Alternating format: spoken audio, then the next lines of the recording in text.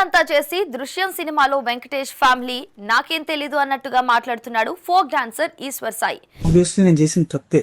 నాకున్న సిచ్యువేషన్ కి, ఆ టైంలో సర్కమ్స్టాన్సెస్ కి, నాకున్న ప్రెషర్ కి, నాకున్న హెడ్ఏక్ కి, నాకు ఇంకా ఆ సిచ్యువేషన్ లో నేను చేసిన తప్పే. కానీ ఆ సిచ్యువేషన్ నా ప్రెసెన్స్ ఆఫ్ మైండ్ లో లేను. నేను చేసింది తప్పే, ఒత్తిడిలో ఉన్నప్పుడు నాకు అది కావాలనిపించింది, అందుకే ఆ దారిని ఎంచుకున్నాను అంటూ తాను చేసిన తప్పును ఒప్పుకున్నాడు. అయితే ఈశ్వర్ సాయి చెప్పిన మాటలు విన్న నెటిజన్లు మాత్రం వ్యంగ్యంగా స్పందిస్తున్నారు. ఇదేంటి ఈశ్వర్ సాయి సరికొత్త తెరఫీలా ఉంది అంటూ సెటైర్లు వేస్తున్నారు. నాకు అది కావాలనిపించింది ఆ సిచ్యువేషన్ లో. అసలు ఇప్పటికీ నేను చాలా ప్రెషర్లో ఉన్నా, నాకు చాలా టెన్షన్ ఉన్నా, హ్యాండ్స్ షివర్ అయితేనే నా మాట కూడా చాలా తడబడుతుంది. మీకు అర్థమవుతుందో లేదో, నేను చాలా ప్రెసెన్స్ ఆఫ్ మైండ్ తో మీతో మాట్లాడటానికి నేను చాలా ట్రై చేస్తున్నా. ఇకపై లైఫ్ లో ఏదైనా టెన్షన్ వస్తే మెడిటేషన్ చేయడం, గ్రీన్ టీ తాగడం లాంటి పాత పద్ధతులన్నీ మానేయండి. టెన్షన్ వస్తే ఈశ్వర్ సాయి థెరపీ ఫాలో అవ్వండి అంటూ వ్యంగ్యంగా కామెంట్లు చేస్తున్నారు.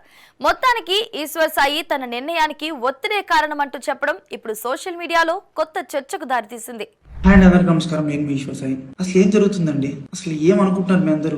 రకరకాలుగా ట్రోల్ చేస్తున్నారు, రకరకాలుగా మీడియా వాళ్ళు రకరకాలుగా ఇష్టం వచ్చినట్టు ఉన్నది లేనిది ఏది పడితే అది రాస్తున్నారు. అసలు ఏమనుకుంటున్నారు?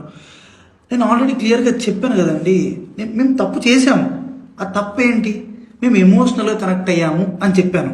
ఎమోషనల్గా కనెక్ట్ అవ్వడం అంటే మీ దృష్టిలో ఏమనుకుంటున్నారండి? అసలు ఆ రోజు అక్కడ ఏం జరిగింది మీకు తెలిసిన 10% మాత్రమే, 90% మీకు తెలియదు. ఆ రోజు ఏం జరిగిందో మీ అందరి ముందు నేను పెట్టబోతున్నాను. ఆ రోజు మార్నింగ్ నాకు షూట్ ఉంది. ఎర్లీ మార్నింగ్ 5:30 కల్లా మేము లొకేషన్ కి స్టార్ట్ అయిపోతాం. నేను 4:15కి నా రూమ్ లో లేచాను. ఆ టైంకి అసిస్టెంట్ అనే అతను నా వాష్రూమ్ లో ఉండటం జరిగింది. నేనేం చేశాను, నేను మాధురి రూమ్ కి వాష్రూమ్ యూజ్ చేసుకోవడానికి నేను వెళ్ళాను. ఆ టైంకి నాకు మాధురికి ఆ లీనియన్స్ ఉంది. మీకు ఆల్రెడీ చెప్పాను కదా, మేము ఎమోషనల్ గా కనెక్ట్ అయ్యామని చెప్పి.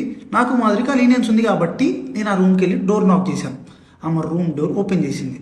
ఆమె రూమ్ డోర్ ఓపెన్ చేసి నేను డైరెక్ట్గా వాష్రూమ్కి వెళ్ళిపోయాను. ఆమె క్యాజువల్గా ఆమె రూమ్ డోర్ లాక్ కూడా చేయలేదు, రూమ్ డోర్ ఓపెన్లోనే ఉంది. ఆమె క్యాజువల్గా బెడ్ మీద కూర్చొని ఫోన్ యూజ్ చేస్తుంది. అదే టైంకి మా వైఫ్ వాళ్ళకి ఎవరో రాంగ్ గైడెన్స్ ఇచ్చారు, ఎవరో అనుమానాస్పదంగా ఏదో చెప్పారు. ఆ టైంకి సేమ్ రూమ్కి వచ్చింది, రూమ్ డోర్ ఓపెన్లోనే ఉంది. ఆ సిచ్యువేషన్లో మా వైఫ్ ఆవేశం వల్ల ఆమెకి ఇష్టం వచ్చింది చేసింది. అక్కడ ఆ సిచ్యువేషన్లో ఆమె ఇష్టం వచ్చింది చేస్తుందని చెప్పి నేను మాట్లాడే సిచ్యువేషన్లో కూడా లేను. ఆమె నేను ఏం మాట్లాడినా సరే ఆమె నాకు రివర్స్ అయిపోతుంది. అసలు స్కోప్ కూడా ఇవ్వట్లేదు, మాట్లాడే గ్యాప్ కూడా ఇవ్వట్లేదు. ఆమె ఆవేశంలో ఏదేదో చేస్తుంది. ఆమె అనుకున్న రకరకాల వీడియోలు తీస్తున్నారు, రకరకాలుగా బూతులు. మా వైఫ్ కి ప్రీవియస్ గానే నా మీద చాలా అనుమానం ఉంది. అక్కడికి వచ్చే టైంకి ఆ సిచ్యువేషన్ ఇదంతా చూసేటప్పటికి ఆమె అనుమానం నిజమైంది అని ఆమె అనుకుంది. ఈలోపు ఆ వెనకున్న వ్యక్తులు ఎవరైతే ఉన్నారో ఆ విషయాలని అతను ఎవరో నాకు కూడా తెలియదు. వెనకున్న వ్యక్తులు అసభ్యకరంగా మాట్లాడటం, నేను అప్పటికి ఆమెకు చెప్తున్నాను, ఆపుతున్నాను, గొడవలు కాదు, కొట్టుకోకండి, కూర్చొని మాట్లాడుకుందాం అని క్లియర్ గా నా భార్యకి నేను సంజాయిసి చెప్పడానికి ట్రై చేస్తున్నా కూడా ఆమె వినే పరిస్థితిలో లేదు. నేను ఒక్క మాట మాట్లాడుతుంటే ఆమె 4 దెబ్బలు కొట్టేటట్టుగా ఉంది. ఆ వైఫ్ ఏం జరిగింది నన్ను పట్టుకొని కొట్టి అడుగుతున్నా సరే నేను కామ్గా ఉండటానికి రీజన్ అక్కడ వాళ్ళందరూ వీడియోస్ తీస్తున్నారు. నేను ఏం చెప్తే ఏ రకంగా పోర్ట్రే అయ్యిద్దో తెలియదు. ఎక్స్ప్లెనేషన్ ఇవ్వడానికి నాకు స్కోప్ కూడా ఇవ్వలేదు. ఆల్రెడీ మీకు చెప్తున్నాను కదండి, మేమిద్దరం కనెక్ట్ అయ్యి జస్ట్ 2.5 months అయ్యిందని చెప్తున్నాను. మా మధ్య ఒకరికి లీనియన్స్ ఉంది తప్పితే అంతవరకు వెళ్ళే లీనియన్స్, అంతవరకు వెళ్ళే ర్యాప్ మా ఇద్దరి మధ్యలో లేదు.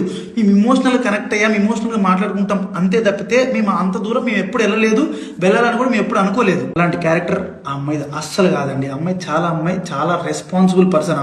అమ్మాయి ఫ్యామిలీని అంతా పోషించుకోవడానికి చాలా కష్టపడుతుంది. నేను ఎప్పటి నుంచో కొన్ని 4-5 years నుంచి అమ్మాయిని నేను చూస్తున్నాను. ఇదే విషయాన్ని నేను మీ అందరికి ఇంటర్వ్యూలో చెప్దాం అనుకున్నాను.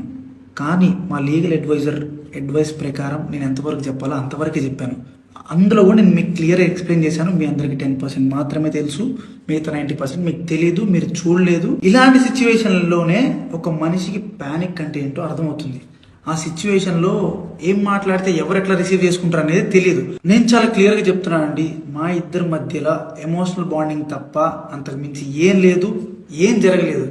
నేను ఒక ఇల్లీగల్ రిలేషన్షిప్ అని దేనికని చెప్తున్నాను అంటే, ఒక పెళ్ళైన అబ్బాయి ఒక అమ్మాయితో ఎమోషనల్ కనెక్ట్ అవ్వటం అనేది కూడా ఇల్లీగల్ రిలేషన్షిప్ అనే పేరు, అక్రమ సంబంధం అనే పేరుతో నాకున్న సిచ్యువేషన్ లో నాకు ఆ పదాలు తప్పితే నాకు వేరే ఏం రాలేదు. నేనున్న డిప్రెషన్కి. అమ్మ మాధురి, నీకు నా తరపు నుంచి, నా భార్య తరపు నుంచి, నా భార్య వెనుకున్న వాళ్ళ తరపు నుంచి నీకు క్షమాపణ కోరుకుంటున్నాను. నీకు సారీ, ప్లీజ్ అర్థం చేసుకో, ప్లీజ్. వాళ్ళకి ఏం తెలియకుండా వాళ్ళ నోటికి వచ్చినట్టు మాట్లాడినందుకు, వాళ్ళు వీడియో అప్లోడ్ చేసినందుకు, నీ మీద చేసుకున్నందుకు నేనైతే సారీ చెప్తున్నాను. సారీ.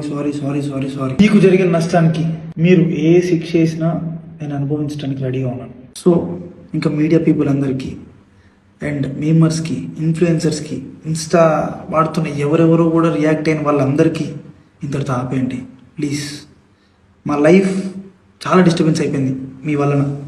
ప్లీజ్ ఇంతటితో ఆపేయండి. పదే పదే చెప్తున్నా, మేము చేసిన తప్పు ఎమోషనల్గా కనెక్ట్ అవ్వటం. ఆ ఒక్కటి తప్పు వల్లనే మీరు రకరకాలుగా పోట్రే చేశారు, రకరకాలుగా జనాల్లో కన్వే చేసేసారు. ఇంతటితో ఆపేయండి ప్లీజ్.